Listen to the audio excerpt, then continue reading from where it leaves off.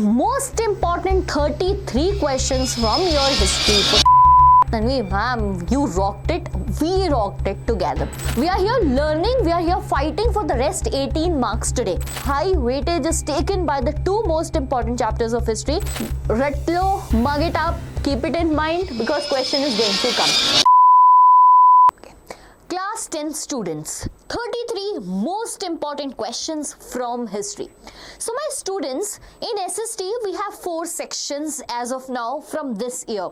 History, geography, civics and economics, and you know that every section have equal weightage. That means 20 marks will cover from your history book. Okay, by today's video we will be securing that 20 marks because we are here going to discuss the most important questions from the 4 chapters of your history. So my dear students, in class 10th history particularly we are talking about, we have 4 chapters. Number 1, rise of nationalism in Europe. Number 2, nationalism in India. Number 3, that is print culture and the modern world, and number 4, that's global world, right? But if we talk about all 4 chapters, we know that the high weightage is taken by the 2 most important chapters of history, rise of nationalism in Europe and nationalism in India. This doesn't mean that we are going to relax and do not study the rest 2 chapters. Rather, we will focus on all 4 of them. Just 4 chapters, yaar, why need to worry? So we will start with the very first question of the day. Acha, pay attention while I am teaching this. From history we have 20 marks minus 2, it is 18 marks. Why? Because for 2 marks for sure map work is going to come. So we are here learning, we are here fighting for the rest 18 marks today, right? It's just 18 marks, important questions on your screen right now. First question from the chapter Rise of Nationalism in Europe. Explain any 3 features of Frankfurt Parliament. So in speed, I am going to tell you what are the important points you need to write in your exam, because my dear students, you are in the month of January. You do not have any time to just spare it, waste it in watching random things right now. Okay, so 3 features of Frankfurt Parliament which clearly indicates that this question can come for a 3-marker question. By Frankfurt Parliament was made in German region. So what you need to focus is in which region this parliament was made. German region parliament was made with the initiatives of Prussia. Then we will talk about who were the members. By 831 representatives on the date 18th May 1848 came together at a festive procession, reached Frankfurt Parliament. Now what was their objective? Why they went there? By what was the objective of forming that parliament, that group? Because they wanted to draft a constitution for a German nation to be headed by monarch subjected to parliament. That means they wanted to establish CM. Here CM doesn't mean Shivraj Singh Chauhan or any other person. Here CM means what? Here CM particularly means what? Constitutional monarchy. So this is the reason that we should have Frankfurt Parliament. One question done. Moving to the next one. Write a short note on Zollverein. Again, this can either come as a 3-marker question or a 2-marker question. So Zollverein, which is also known as custom union, this group was formed in the year 1834. I am highlighting the keywords of NCERT. Okay, to abolish the tariff barriers and reduce the number of currencies from 30 to 2. Okay, it created a wave of economic nationalism, strengthening the nationalist sentiments. What happened in Europe particularly? They were conservatives earlier. Who were they? Conservatives earlier. But somehow with the arrival of Napoleon, a new ideology spread in Europe, that is liberalism, which even talk about economic what? Liberalism. Formation of custom union by the initiative of Prussia is the result of this beta what? Economic liberalism. And here are the 3 exact points that you can write in your answer and get full marks without any deduction. All the questions, all the answers that are framed in today's video are genuinely helpful for you, because the answers I framed today kept the perspective in the mind that my student should not lose a mark anyhow, any possible way. Okay, then we have how was the Habsburg Empire a patchwork of many different regions and people in Europe. So this is again from the same chapter.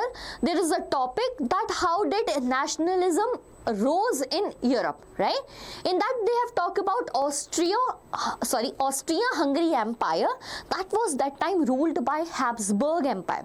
Austria-Hungary region ruled by a Habsburg Empire, and just you want to tell you in the answers by this region consisted of many nationals, many ethnicity, many people speaking different language, like there were Alpine region where people Tyrol, Austria, Sudetenland and Bohemia, right? There was people the aristocracy here speaks German. There were provinces Lombardy and Venetia where people speak Italy language. Half of the population in Hungary was speaking Magyar and other local dialects. In Galicia there was Polish people. So if Europe at that time was like divided into so many ethnicity, then how nationalism arose? This is basically the topic and the question from above. Usually we think that there are so many facts and details and names, so we miss that. Don't do this, okay? Next question, that is, explain the measures and practice introduced by French revolutionaries to create a sense of collective identity among the French people. By most famous, repeated, popular, favorite, whatever you call the question from CBSE. Let's talk about the basic ideas, like ideas of la patrie, that is fatherland, les citoyens, that is citizen, was popularized to build a feeling of collective identity. Then you will write about French flag. Then write the next point with National Assembly. Hymns were composed, oath was taken, martyrs were commemorated. Next is there was creation of central administrative system, and the last but not the least about language, that French language was made a common language to build a feeling of common identity. Stop the video, take the screenshot, learn the answer, then you should move to the next question. Like Germany, Italy too have a long history of political fragmentation. Explain. So basically the question is regarding what? Unification of Italy. It is regarding unification of Italy. Two important questions, unification of Germany and unification of Italy. Both have equal weightage, equal important in terms of your class 10th exam. Difficult to remember though, but you have to do it. Okay, so yes, Italy has a long history of political fragmentation. Like if we talk about Italy, there were different dynastic states ruling over here. In the north of Italy, you can see Sardinia, Piedmont, the only region where an Italian princely house or Italian princely ruler was ruling. Get it? Then we have seen that in the region Lombardy and Venetia, I'm writing it whatever is not written here. In the areas where Lombardy and Venetia, this was the region where Austrian people were ruling, Austrian Empire was ruling. And if we talk about South Sicily, okay, if we talk about South Sicily, here there was rule of Bourbon dynasty of Spain. Here there was rule of Bourbon dynasty of which region? Spain, okay. It was in the year 1861 when France became united. We know there is role of certain people in the unification of Italy, Mazzini, Garibaldi and Cavour, out of which Victor Emmanuel II was proclaimed the king of united Italy. It's the role of Mazzini, it's the role of Count Cavour as well as Garibaldi to join the southern state, southern Sicily particularly. So frame the answer in a smart manner that you can give 6 points for a 5-marker question to save yourself from getting any marks deducted. Okay, now question is, how had Napoleonic code exported to the regions under French control? Explain with example. Students, see, Napoleonic code, which is also known as civil code, that started in the year 1804 as Napoleon became the emperor of the France. What was the proposal? The first thing, by Napoleon no doubt destroyed democracy, उखाड़ के फेंक दी democracy, but he has bought a good administrative system. What he did? First of all, he did away all the privileges on the basis of birth, like clergies, nobility that used to enjoy privileges because they were born in high class society. This was ended here. That means there will be equality before law, everyone will have right to property, there will be no feudal system. That means only the owners of lands, particularly which used to be high class people, they used to treat the peasants as serfs, slaves particularly. So that feudal system that the land will be transmitted to their generation only, this was ended. So feudal dues also ended. He simplified administrative division, abolished feudal system, freed the peasant from serfdom. In towns, what it did, guild restrictions were removed. In towns, groups were made. That is what guild is, right? The restrictions were removed, transport and communication was improved. Ratlo, mug it up, keep it in mind because question is going to come. Next, why was the decade of 1830s known as Great Economic Hardship in Europe? Explain any 3 points. By 1830 to 1848, Europe was facing so many economic hardship. The first point is population growth. Yes, during this time population grew and the people were unable to find the jobs because jobs were less, population was high. Unemployment was a major problem in Europe at that time. First point. Because of this unemployment, people from rural areas were moving to the urban areas. Because of that, what was happening?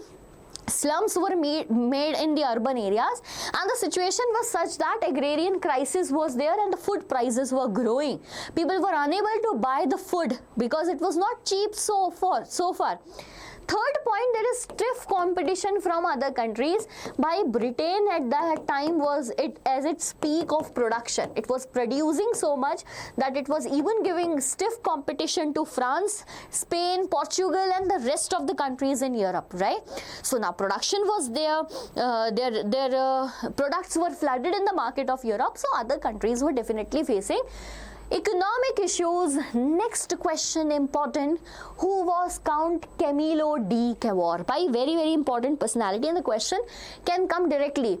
Write about Mazzini, write about Cavour, write about Garibaldi. You should be prepared about that. So, who was Count Camillo di Cavour? Mention any two of his contribution. By he was the chief minister for the kingdom of Piedmont. Pay attention that Sardinia and Piedmont, he was the chief minister. What he did, his main aim was to emancipate Italy from Austria. Two territories that were Lombardy and Venetia. These were in the hands of Austria at that time. His objective was to emancipate Austria from that region. He led the movement for Italian unification by his diplomacy and tactics. Through that alliance, he defeated the Austrian forces in 1859, and because of this only unification of Italy happened. So this is how you need to frame your answer. Very important for your exam. Then here is the explain the process of Italy. Just now we studied it. Read it nicely, frame it nicely, write in your exam. In some scholars' view, Great Britain was the model of nation or nation state. Justify the view, or how was the formation of nation state in Britain different from that of the rest of the world? By basically they are here talking about the strange case of Britain, which you guys are worried sometime about. So easy it is. I'll tell you how to write this answer. Strange case of Britain, it can come in the format that's given above. Two answers, two question format is given in front of you. So bachcho, first of all, like Germany, like Italy, the case of Britain is not same. They were fighting, here it was not fine. It was not revolt. Rather, it is something strange in the case of Britain. What is that?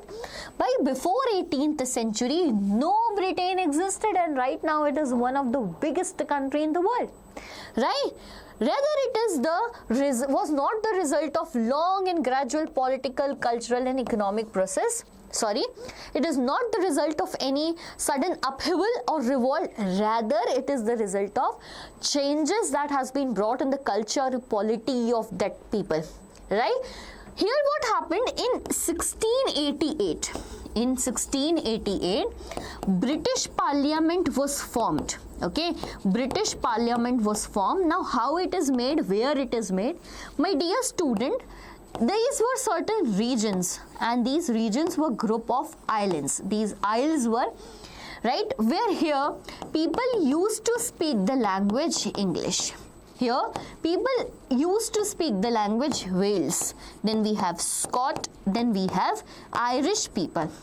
What happened among them? This English people dominated others because they are powerful now. In 1688 they formed what? Their parliament. Now they occupied Scotland by signing Act of Union, okay, by signing Act of Union and asking them to suppress their culture, their tradition, and forcibly occupying that region.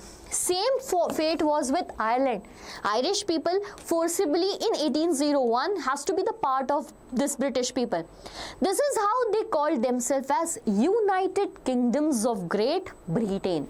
United Kingdoms of Great Britain started forcibly applying their language, English language on that, making national anthem, God save our noble king, right? Then making the national flag and asking everyone to follow that. This is how it is a strange case of Britain and not unification, as we have seen in the case of Italy and Germany. Done with this question. Next one. What was the impact of First World War on the economic conditions in India? Now we have moved to the next chapter, that's nationalism in India, right? So First World War that started 1914 to 1918 has a huge impact in the Indian national struggle, and the huge impact is such that by first of all, pay attention that here they are talking about economic condition. Okay, only what beta? Economic condition during the time of First World War. What happened? Expenditure increased. Kiska expenditure increased? British India, because Britishers were the part of First World War directly. So India का भी पैसा बढ़ गया, expenditure increase हो गया, right? Now they wanted to overcome that expenditure, they wanted to increase the revenue. How did they did it? By increasing the custom duties, increasing the taxes, for the first time introducing a tax type known as income tax in India. Get it? This is how it impacted the economic state of India. Next question. Why did Gandhiji decided to withdraw the non-cooperation movement? Okay, whenever the question comes, remember Chauri Chaura, a place in Gorakhpur. So basically in 1919, after that, Jallianwala Bagh massacre, Khilafat issue and all that, non-cooperation movement started in India with the like procedure of boycott of foreign goods and all that, right? After that, what happened? Like people were protesting peacefully in the place known as Chauri Chaura. But Britishers, as always, लाठी charge on that peaceful protestant. They get agitated और आग लगा देंगे इस बार, and they set a fire in the police station. 22 policemen were killed. That is the reason when violence was seen in India, Gandhiji decided to withdraw this non-cooperation movement. Okay, frame your answer in very, very good words needed for your exams. Now, next question, describe any three causes that led to non-cooperation movement. What are the three causes? Remember fast, never forget. First one was Rowlatt Act, Black Act passed in 1919 by Britishers, or what we can say by Imperial Legislative Council, stating that they can arrest the political prisoners for 2 years without any trial, okay, without any procedure to be followed. First reason is पर Rowlatt सत्याग्रह हुआ, बंद हो गया because of violence.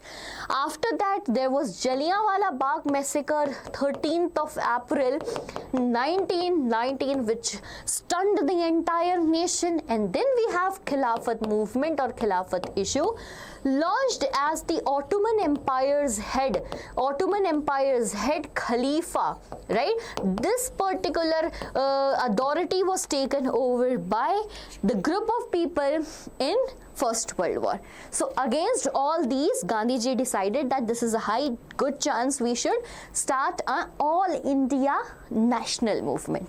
Get it? Chalo. Next question. Just how did the non-cooperation movement unfold in the cities and the towns of India? By a most important question hai, right? Because what happened? Non-cooperation movement was unfolded into stages. But what happened in the cities and towns? In the cities and towns, it was middle class participation. ठीक है, students left government schools नहीं जाएंगे, colleges to मजे ही मजे. Many teachers resigned from their post. Lawyers gave up their legal practices because the courts were British in nature, set up by the Britishers. So any institution that belongs to Britishers were boycotted by us. Among them was also legislative council elections. Foreign goods were boycotted, liquor shops were picketed, even there were bonfires of foreign clothes all around India as the part of non-cooperation movement in cities and towns. Done? 5 marks, secure. Next. Explain any 3 measures taken by British administration to uprise the movement started against the Rowlatt Act, as we just talked about this, right? Now what happened? Rowlatt Act was passed. Gandhiji said 6th April we will start Rowlatt Satyagrah. सारे लोग इकट्ठे हो ना, क्या करेंगे? Rowlatt Satyagrah launch करेंगे. Do you think that Britishers will sit and watch people doing protest? No. Rather, they replied very badly. In this act, there were certain revolutionists who were sent to jail for 2 years without asking any reason. The imprisoned person could not file in the court against them, right? No one can assemble at a place against the government. Like what was done? Martial law was applied in many regions, and among them so much violence happened in Amritsar, and we know that the result was Jallianwala Bagh massacre. Okay, so this is about this question. Do not anytime get afraid of questions. They are just jalebi questions, but asking you straightforward what is written in your book. You need to be sure about your studies. Okay. Now, how did Gandhiji resolve the issue of Champaran, Kheda and Ahmedabad? So these are basically early satyagraha. Okay, early satyagraha that are launched by Mahatma Gandhi after coming to India. In January 1915, Gandhiji came to India. He took a leap of 1 year and started certain satyagraha in 1917, 17 and then 18. The first one here was Champaran Satyagraha, right? Champaran Satyagraha over the issue of indigo plantation. Second here is Kheda Satyagraha, peasant Satyagraha, started by peasants for the reduction of revenue because drought came over that region. Then we have Ahmedabad Satyagraha. It was done by mill workers, supported by Gandhiji. Get it? Who was Baba Ramchandra? Who was Baba Ramchandra? What were the problems of peasants in Awadh? So now, it is the part of non-cooperation movement. Satyagraha started in the region of Awadh too. Here we have to talk about one great personality, like folk hero of that particular region. Baba Ramchand, he was a peasant, right, in Awadh. He was a leader of all the peasants in Awadh. He was sannyasi who was earlier sent to Fiji. Like what happened, na? They send our people to work over their regions, and that work was not even paid, right? Not even paid. Begari system as a part of Begar. So he was that person who was sent to Fiji as an indentured labor. After coming back, he started the movement against the Talukdars. Talukdar are basically landlords who were given right by Britishers to collect the revenue. So the demand was against the Begari system. By kaam kara rahe ho, paisa nahi de rahe ho, Begari system without any payment. We will fight against it. We want security of tenure because as the land belongs to landlords, we do not have any security of our work. We want it. Okay, you are regularly evicting us from our land and all such things. Okay, so this is Baba Ramchandra and his role in non-cooperation movement, particularly in the region of Awadh.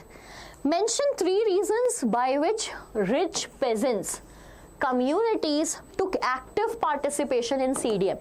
Why this is an important topic, that who were the participants in CDM, that civil disobedience movement, and what were the limitations who do not participate in CDM. Okay, so here they are talking about one community, rich peasants, Amir log. What happened? Why did they participate? Rather they are Amir, they should neglect the movement. But what happened, bhai? Rich peasants, they are doing big business, like communities like Patidars of Gujarat, Jats of UP. They wanted that by they are producing commercial crops. By tea uga rahe, coffee cultivation is going on in their lands, large lands, landlords hain. So in that commercial production of crops, what happened na? Prices fell and the trade depression occurred because like near to First World War, and the situation after that was worst. The demand by the Britishers reduced, prices fell, the production is as much as the demand which used to exist earlier. So balance nahi ho raha hai. Get it? They could not pay government revenues demand because of this, so they wanted to reduce the revenue. These are the major three problems due to which rich peasant communities participated in. Done? Next. In which session of Congress non-cooperation movement was adopted? Up now there are two things. First is this non-cooperation movement was proposed in the September session in 1922, which was organized at Calcutta. But the question is asking adopted भाई, तो ma'am सीधे बता दो, दूसरी चीज क्यों बता रहे हो? Just to not get you confused in the exam. This was in the month of December at Nagpur. Nagpur, you know guys, it's in Maharashtra. This even comes as a map work too. So here it was decided the movement will be unfolded into stages. Boycott will be our first agenda. We will we will surrender all the titles given by British government, boycott their services, and if after this also they do not agree, we will launch a full-fledged civil disobedience movement. Get it? Chalo. Next question. What was the Rowlatt Act of 1919? Explain the reaction of the people against Rowlatt Act. So today only, in this session only, I just told you what is Rowlatt Act. 1919, Imperial Legislative Council passed it. 2 years of jail for political prisoners or revolutionaries without any trial. What happened when people used to know this? People decided we will launch what? Gandhiji decided, people followed the Rowlatt Satyagrah, in which rallies will be organized. Workers went on strike. Pay attention, I am highlighting important words. Rallies will be organized. Workers went on strike. Nahi karenge kaam. Offices were closed. Peaceful protest meeting. By whenever you write peaceful word, because we were protesting peacefully. What result they did was Jallianwala Bagh massacre. Gandhiji started a hartal against this unjust law on 6th April 1919. Dr. Satyapal and Saifuddin Khishru from Amritsar were arrested, and Jallianwala Bagh massacre occurred as a result of this Rowlatt Act or Rowlatt Satyagrah. 5 points done. Next is, okay, now we are done with one of the most important chapter, that is nationalism in India. Also done with rise of nationalism in Europe. I have some important questions from the chapter, that's print in the modern world and the global world from history. Okay, the most important evergreen question is about Silk Route. Bhai, pata nahi kya obsession hai. Every time whenever you see 2-marker question, because it is important also yaar, whenever you see this 2-marker question, you'll see Silk Route.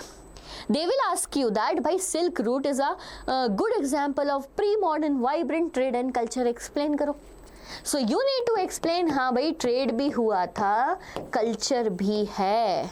If we talk about trade, what happens? Certain items were exported like Chinese silk, Chinese pottery, spices from India to Europe.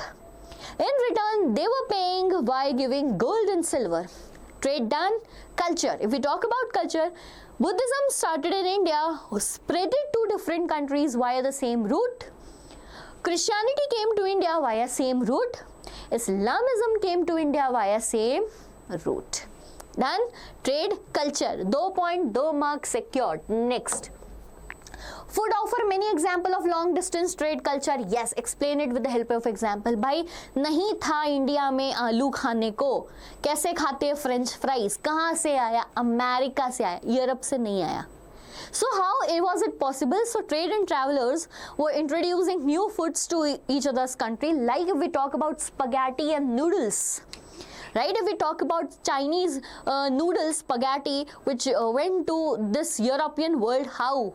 Because of this. If we talk about pasta, you know, pasta traveled from from Arab to the place of South Sicily, and then it became an Italian dish. It was not originated in Italy, but it is popular Italian dish. But from where it came? Arab world it came.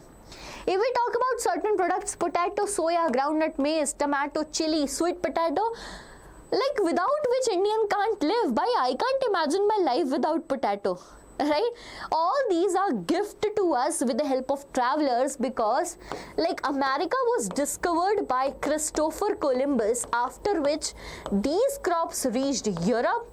As European travelers came India and Asia, it reached the parts of Asia. So you need to give examples. Do not forget to give examples. Sometimes, next question, new crop can make the difference between life and death. Explain the statement by. Naya crop can definitely make a difference between life and death. How? Humble potato is the example. What happened? By now, we know Christopher Columbus discovered America. People from Europe, lalchi log, they wanted to go to where? America, and explore all their wealth, mineral, take it to Europe, drain of wealth kara wahan par bhi. So in that time what happened? Europe poor, gareeb log hai, Europe poor began to eat and live longer with the introduction of humble potato that used to grow in America. What happened na? Humble potato is basically a crop that was easily grown in that cold areas of Europe. Okay, and what happened once it was that in the Ireland, poor peasantry become so dependent, by everyone dependent on crop of humble potato. Once what happened? Disease occurred in that crop. Disease destroyed the whole crop. Now, bhai, poor peasant digging up even the soil to find one piece of potato to eat. Such a type of famine occurred over there. So yes, sometimes new crop can be a blessing, sometimes not. Okay, so this is a good question that can come in your exam. Smallpox proved to be a deadly killer. So this was in Spain. Okay, this was by Spanish conqueror. What they did, they moved to America. Along with them, introduced new germ over there. American people which had low immunity were unable to fight this disease, and this proved to be a deadly killer over there. Then we have, why were manuscripts not used widely? Give 3 possible reasons. So we know, before the introduction of print, what was there, beta? Manuscripts were there. है ना? So when manuscripts were there, basically manu means hand, something that is scripted or written by the hand, right? Up now what happened? They were not widely used. Why? Because they were not easy to handle. It was written on the paper, which was not easily to be handled. If water comes on it, it will spread away, like ink fade away, we know na. They were limited in numbers because writing from hand takes time. So it is a time-taking or time-consuming process. Okay. And the style of writing of every individual is different. So it was untidy. However, rather than untidy, we have more good answers that it was not easy to handle. It was time consuming. Because of time consuming, it was costly too. And hence it was only and only enjoyed by the rich class people of India. Okay, done with this question. Very good. And here is how we completed most important 33 questions from your history book, my dear students. These are some questions which you will find in your exams for sure, and will thank me later that Tanvi ma'am, you rocked it, we rocked it together. So my dear student, this is how you will be getting all the important questions. And for this video particularly, if you want the PDF to get all the questions and practice at home, you can see that link in the description. Up till then, tata bye bye. Meet you soon with the next important question series. Thank you.